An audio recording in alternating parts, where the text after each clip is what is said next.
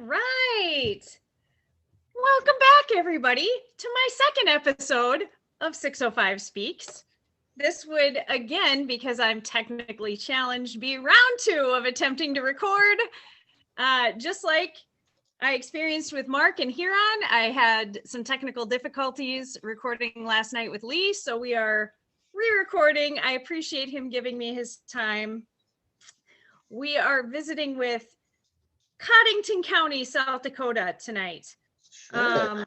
Yes, and here with me is Lee Bruns. And Lee, yesterday I sort of messaged you out of the blue and said, I'm doing this weird project, and I know you're from a county that I don't know much about. Would you want to play along? And you jumped right in and said, heck yeah. Sure. So I feel like you are the kind of guy that is not afraid of public speaking and not afraid to just jump in front of a camera. So tell us a little bit about Lee.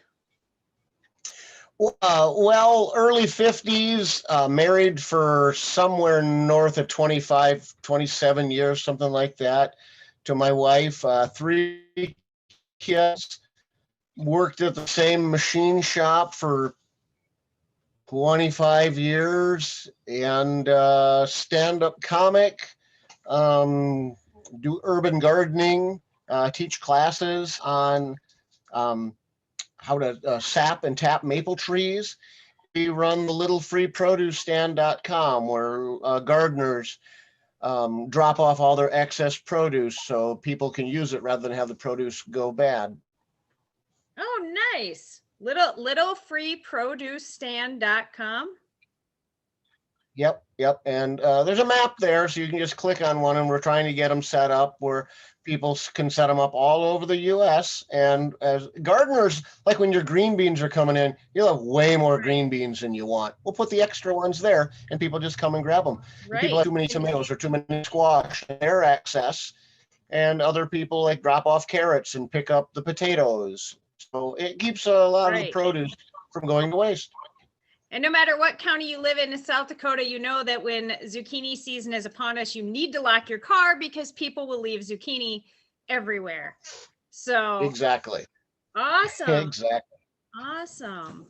Well, I know you from the comedy scene. I know you from both of us being performers and networking and whatnot. And one of the things I had talked about was that with this change of things during the pandemic and people going more online and things like Zoom and getting facilitated, that I wanted it to be my opportunity to maybe reach out and meet some other South Dakotans. But with you, it was coincidental. I watched a comedy live stream it was a national lineup. There was comics from all over the country, and lo and behold, there was a local guy, Lee Bruns, on the lineup. So how do you feel about being in the entertainment world of Watertown, bringing your flavor out to the rest of the country? Well, again, Dan Bublitz used to live here. Timmy Williams from The Whitest Kids You Know is from here. So I didn't break any new ground. I learned a lot about stand-up comedy from both guys and applied what I learned. Dan Bublitz has a podcast called The Art of Bombing, and he gives a lot of tips on how to help not just existing stand-up comics, but new stand-up comics. So I'm learning from other people's mistakes, and that's kind of helped me not make mistakes in a lot of new stand-up. So I've only been performing stand-up comedy, I don't know, 6 years or so. It really hasn't been that long. What do you think, going back to your time growing up in Watertown and in South Dakota, but back a little more than 6 years, what do you think that your county, Coddington County, if you were to ask somebody else in South Dakota what you're most well known for, what do you think the rest of us would say? Terry Redland Center.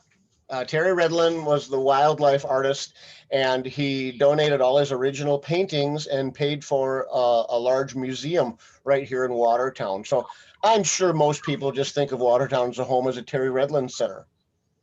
I know that's the one thing that I thought of first. It's because right as you come into town, it's all visible right there from the interstate. And Yep. Yeah, it's beautiful building. Isn't that just a gorgeous building? and I don't think there, at least in the areas I've been in, parts of South Dakota, it's very rare that you would go into a public building that doesn't have some type of Terry Redland wildlife art. Right. Yeah, he lost a leg riding a Harley Davidson 45-inch flathead police bike of a friend of his.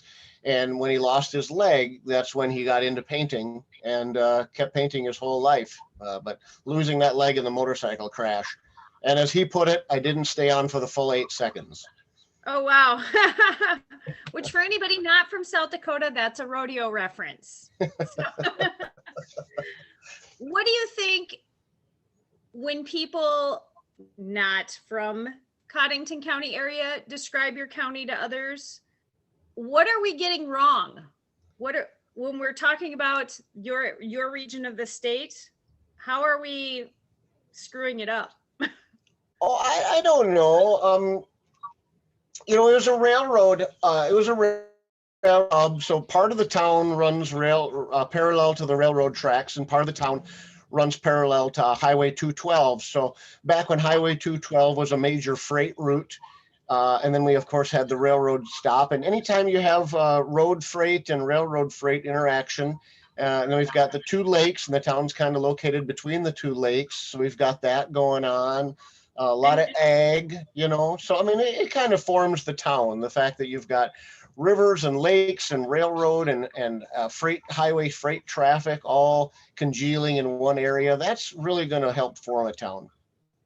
Which two lakes are you guys situated on? Between Kompeska and Pelican.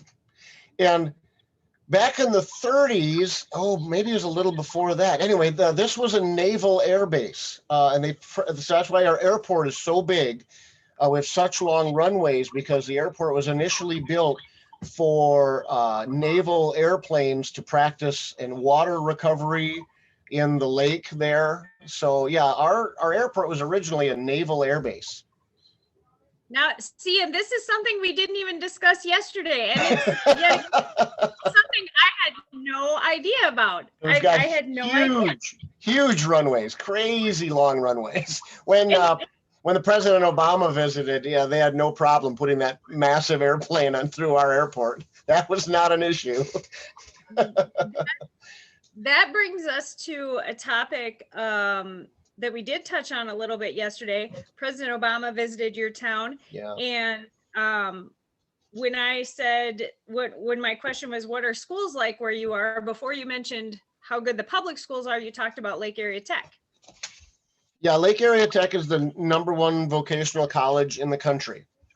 And they teach many courses from renewable energy, diesel, auto repair, auto body, cosmetology. They have an EMT course, early childhood development. So they've got a lot of very applicable courses, and the competitive rates and the highest percentage of placement in their field of any technical college in the country. And I did last night. I Googled that fact. I Googled that President Obama visited there and visited the school. And when you had said that we're the #1, and when I Googled that, it's not just like right now. It's like there are several links going back several years where this is a consistent thing for Lake Area Tech. Yeah, and one of the things, and I don't know enough about the other technical colleges elsewhere, but like the shop I work at was founded by two guys who initially were teachers at the machining course for the tech school.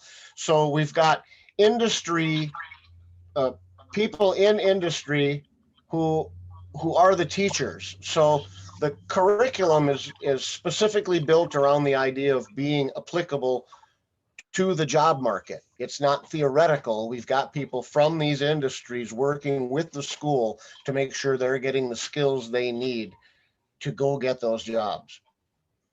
So it's very practical, as well as, there's a good clinical experience for everybody, regardless of what coursework they pick up. Right. And then Mount Marty works with them too. So if you want to start off with your tech school degree and then turn it into a bachelor's degree, not a problem. All the courses transfer. Very nice. Very nice. What would you say for Watertown as a town? Do you find it to be growing or shrinking or staying the same for population, for resources in any fashion? Right. Definitely growing. We're getting, we've got a lot of people that don't really live here, being South Dakota as a whole is a tax haven. And with the lake properties, so we've got a lot of very wealthy people who've bought properties around our lakes. They don't actually live here, but they use it as a tax dodge. So they're technically residents, even though they're here for 2 weeks a year. But Best 2 weeks of their life. right, right. And then they'll have a mail forwarding system, so their mailing address can be here, and they'll get their mail wherever they actually live. So we've got those people, and then we've got people that are more conservative, and they're getting away from more moderate or liberal areas, and maybe they just want the open spaces of South Dakota rather than an urban environment. So there's many reasons they're moving to the area, and but our population is most certainly growing. What would you say in your daily interaction? I mean, not a statistic I would Google, but in your daily interaction, what kind of demographics for race or age or religion do you encounter them throughout your day, throughout your work? We've got any kind of church that you want to go to, as long as it's Catholic or one of the Protestant denominations. Okay. And as long as you're straight and white, you are welcome in Watertown, South Dakota. So pretty much a straight white middle-aged. Right. If you found the Westboro Baptist Church to be a little too moderate, this is a great town for you to move to. I appreciate your candor. I don't know if I will yet be doing that. I'm not sure if I fit that mold. And again, I know you from a comic perspective. So yesterday when I asked that question and you gave that response, I was waiting. I was like, oh, it's the punchline. And you were like, no, it's just kind of how it is. Yeah. Yeah, there were a lot of Trump flags. There was a lot of Trump flags. And we've got a really good, solid LGBTQ support group, but you won't see them flying any rainbow flags. And that is quite openly out of fear. Okay. That's a reality. Yeah, that's very telling. But you can fly a Confederate flag. Don't worry about that. That's perfectly fine.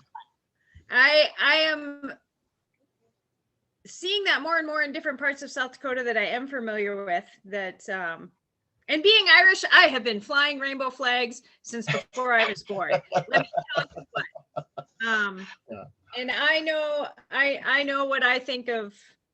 I know what most of the Irish think of Civil War, and I know who won the war here. So that's where I'm where I'm gonna leave it. But I am open to talking to people that I do like to hear. I've had some interesting conversations on the internet and face to face with people about what is it like. When I was a kid, I loved Dukes of Hazzard and I loved the General Lee, and I did not know any better. I just straight up did not know any better. Go watch the Dukes of Hazzard, though. They were one of ignore the flag on the top of the car. Watch the show. That was not a racist show by any stretch of the imagination. Go rewatch the show. They were surprisingly open-minded. Who was the real bad guy in the Dukes of Hazzard? Roscoe P. Coltrane. Nope, Boss Hogg. Boss Hogg, right. No, they had a lot of minority actors on that show. And, it's easy to think you're just looking at the flag on the top of the car, but no, stop and watch the show. They're very, very open-minded. That's a surprising one, too. I had to go back and rewatch because the Dukes of Hazzard, my memories then from looking at it now have definitely changed. But yeah. All I knew was I was in love with Bo Duke. That's a cool car. Look at that car. I don't know that it was about the car, but I do know that I have jumped through the window of a car like that just to see what it would be like. Yeah? Did you get hurt? That's a dangerous way to get in a car. No, I did just fine. And Daisy Duke, is that Catherine Bach? She's from Yeah. South Dakota. And I Yeah. definitely Yeah, tips from her. she grew up out in faith. But I also, like I said, I didn't know, and I know that there are kids and there are people that wear that imagery, and when you sit down and talk with them about it, it opens some doors. So I would like to reach out. I would like to hear some of the other views of Watertown. So if you know anybody that you would want to direct my way, please. What about it? Also, in talking about major source of income and industry in your area, we talked about you guys have shockingly far wide reach with things that you're building and making. Right. Well, when the Twin Towers fell, they got a hold of Smith Equipment here in town, because Smith Equipment makes welding torches, and they were able to make 8 and 10 foot long welding torches to get down inside the rubble to cut the rebar, to start cutting up the rebar and save people out. So we've got Smith Equipment. We've got Telelec, which makes the big boom trucks that keep the electrical lines functioning. And then, of course, we've got different feeder companies that make parts for Telelec and for a lot of other companies. The company I work for, we make a lot of parts for John Deere, Case New Holland, SpaceX. We make rocket ship parts, make some parts for some nuclear applications. And that was the thing that yesterday made my jaw drop. The idea that right here, I mean, you are touching everything from, like you said, John Deere, from the till in the ground that we are all living on, to putting things outside of our gravitational pull. Yeah, we're making more and more parts for SpaceX, so that's pretty cool. That is cool. And something that everyone who owns a lawnmower should be aware of is Stephen Foster Briggs, the founder of Briggs and Stratton, is from right here in Watertown. Yes. Every lawnmower out there has a Briggs and Stratton engine on it, and that was Stephen Foster Briggs. I read about him last night. Born and raised in Watertown and went to SDSU, I believe. Right. Yeah. That's where he, I think he was in Wisconsin when he met the Stratton fellow, who was the financier. So Briggs was the idea guy and the designer and the engineer, and then he hooked up with the Stratton fellow for financing, and off they went from there. Nice. What about in your area, if you had a major medical event like a heart attack or a honey badger attack or food poisoning, where would you guys go for treatment? What's your medical resources in your immediate area?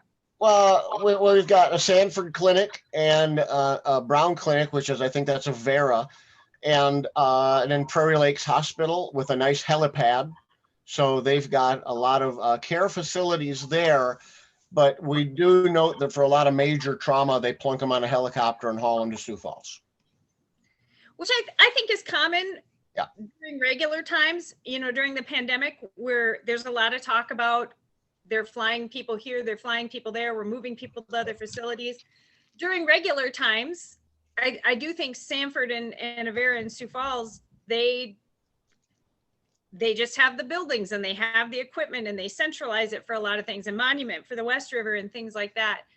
So I don't think that's unfamiliar, but it is good to know you have a hospital system there. If somebody were to, if your water were to break at 2 a.m, you wouldn't have to start driving. Right. Yeah. We've got, all the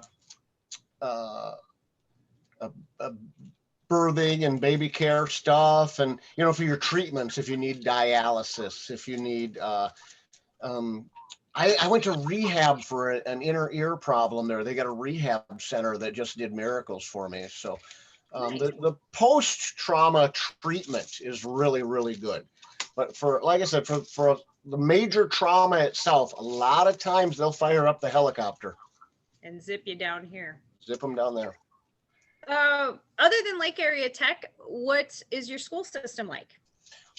We've got really good public school system that doesn't just cover K through 12 in the public schools, but they also have a post-high school program called a transitionary program for the students in the special ed programs, which gives them life skills, teaches them some finance basics, job applications, job training, even driving training, depending on their abilities, laundry, cooking, paying the rent, taking care of the utilities. So their transitionary program doesn't just end in high school and say, well, special needs student, good luck. They help them become functioning members of society with the skills they need to live on their own and function the best they can in a modern world. Give them the tools they need.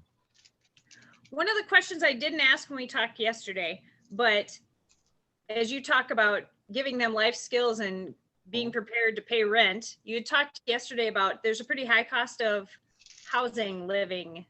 Rent is high in Watertown. Rent is high, and it's probably because we have local laws that do not allow for the construction of dormitories. So all of the college students have to rent apartments out in the community. So rents start at $500. The one across the street from us are $1,000 a month per side of a duplex. And you'll see a lot in that 750 range for small apartments. I know of a guy doing a 550 with on-street parking, no garage, and his utilities are just terribly high because it was an old chicken coop that they are renting out. It was a fixed chicken coop, yeah. Well, so rents are exceptionally high. Average home price is $200,000. My question that I didn't ask last night is, we talk a lot about our young people growing up and moving away. And I say, what do we offer them to make them want to stay here? And which a lot of people say that they're like, well, what are we offering? Why, are there jobs? Are there whatever? Yeah. But sometimes we need to look at what are we doing to drive them out, even if it's just out of Watertown to Sioux Falls, not like to Minneapolis or Omaha or beyond. But do you think that lack of affordable living combined with affordable wages? Right, because it's to be expected that the fields that they are training in at the tech school, the job market in town is going to be flooded with people in those fields. So in those fields, it's going to force wages down. And because of the lack of dormitory housing, our rents are high. So we've got low wages and high housing costs. And that's not going to get, so they can go down the road to Brookings and say for being a machinist, and you can get a $5 an hour pay raise to go 50 miles down the road. And there's possibly machining jobs in Brookings. And there's possibly a lot of housing options there. Right, because they have dormitory for their college students so that the rental property off of the campus can just be rental property for people that are working and not the college students. Right. So, yeah, that's really something to think about, is how somebody could develop a better living situation for the students, because that would help, that feeds back into the school, which feeds back into people in the school that live there. And of course, if they ever did try to change that ordinance, the local property owners that are able to rent these properties out right now, they're going to fight that tooth and nail. And with the golden rule, those with the gold make the rules. It's going to be really hard to get that changed. Yeah. What about other than social media? What are your local media options? What do you have for radio? What do you have for newspaper? Right. Where do you get your local news? We've got the Watertown Public Opinion newspaper, and that's really thin. And then KXLG radio station, Kix 96. So we've got lots of radio stations, all playing the same thing, and one newspaper. Is the newspaper a daily or a weekly, or? It's daily, and it's really thin. It's really thin. I think it's getting harder for print media to stay more than thin at all. I think a lot of advertising dollars now go into digital media. Yep. And we talked about local television news. The weather's kind of rough in South Dakota tonight. Are you able to get the one station? No. So an awful lot of people, you have to run cable TV if you want to just, flip it on. We run streaming services, and then for your local weather and stuff, we'll have to run apps. But yeah, if you've just got an antenna, you're going to be real lucky to get that one channel. And then if the weather goes bad, you won't even get that one channel. It's sort of like the weather ball. If you can't see it, it must be snowing. We have a weather ball. Do you? Does it change colors? Yeah, it changes colors. Yeah. Nice. Nice. Let's talk about your airport a little bit. First of all, I did not know that it was a naval source. I mean, I've been to Pelican Lake. I did not know it was deep enough for soldiers and sailors to be swimming in. They practiced on Compesca. Oh, okay. Yep, they did water rescue on Compesca. And Compesca was a lot deeper back then, too. To put in the Naval Air Base, they closed off the outlet of the river, so the water would come in on the north side of Compesca and go out on the south side of Compesca, and it would then connect to the Sioux River and head on south. To put in the Naval Air Base, they decided, well, they're going to put the air base there, and they closed off the river. So now the water runs in the spring into Compesca, the sediment drops out, and then it runs back out of Compesca back to the Sioux River. So the lake is slowly filled in. So it's not nearly the depth it was. I think it's maybe 12 feet deep now in the deepest. I don't think you're even going to see much by way of a 14-foot. So there's no like Compesca sea monster. No. There's no like. There's rocks. You could hit rocks. But your airport, you mentioned yesterday that there's some good deals. I had heard that previously, that if you wanted a cheap flight, you could probably do it out of Watertown. Yeah, they've got direct flights between Denver to Watertown and Chicago to Watertown, and they'll run $99 specials pretty regularly to one or the other. I think the base rate's like $135, $140.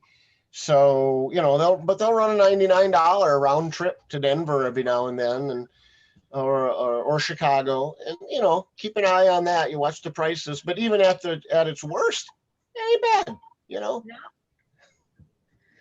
Well, and they're nice planes too. They're jets. Nice. Yeah. We're running down to our last 10 minutes of time. Sure. So what do you want to, if you wanted to list off a bunch of things that are really cool that we should all go up there and visit, name me these pizza places I keep hearing about. Right. I made a list. Okay. All right. So we've got a fantastic zoo, and it's full certified zoo. So we've got wonderful animals, and they work as a raptor rehab. So our eagles and owls, we've got wonderful exhibits for those, the ones that were too injured to be let back, released again. Tigers, bears, camels, sloths. The otter exhibit's fantastic. So we got a wonderful zoo, really surprises people. The Glacier Lakes Distillery, if you like rum or vodka, they make some wonderful alcohol. Of course, the Terry Redland Center, Stephen Foster Briggs in our local museum, the Little Free Produce Stand, worth stopping and checking that entire movement out. As far as restaurants go, we've got 2 wonderful Mexican restaurants, 2 sushi restaurants, and that always freaks people out, but we've got wonderful restaurants, 2 golf courses, water park, couple of lakes, bowling alleys, good community theater, growing stand-up comedy scene, a really good movie theater. And we talked about there's the Goss, which is restored. Gosh, beautiful building. Beautiful, Goss, yeah. Is that one haunted? I'm always looking for haunted places. Yep. I don't remember the name. They've got, I think, 2 regular sightings there, but I don't remember the names of the ghosts. One of them died in a fire, so they actually have pretty good idea who their ghosts are. Well, that's good, because, if you're going to keep them on the payroll, it's good for bookkeeping to know. And the bottom floor of the Goss is retail space. So the Maverick Steakhouse is on the bottom floor, and there's a couple of clothing boutiques down there and an art gallery. So the ground floor of the Goss, and then the upper 2 floors are the Grand Hall, And they've got a 3rd floor meeting room that's really nice too, with elevators. It's all modern. So if you got mobility issues, you can get up there, no problem. Use the elevator. Nice. Well, I appreciate you coming back with me tonight and hitting me with a list. And I have a whole page full of notes from last night of things I'm going to Google and post links to on my Facebook page about it. But I challenge you to find me some more people from your area that would want to do this same thing, so I can get they're going to have all different other suggestions. But now I know a little more about Coddington County, and I appreciate it. Here's a weird little bit. When the initial surveyors planted the flag for where the town was supposed to be, they put it in the wrong spot. So there's a marker out by Lake Compesca where the original town marker was on reservation land. So they then had to pick up and move the beginnings of the town back to the east about a mile to get it off reservation land. So there's a marker out there where they initially put the town, and I know you can't put the town there.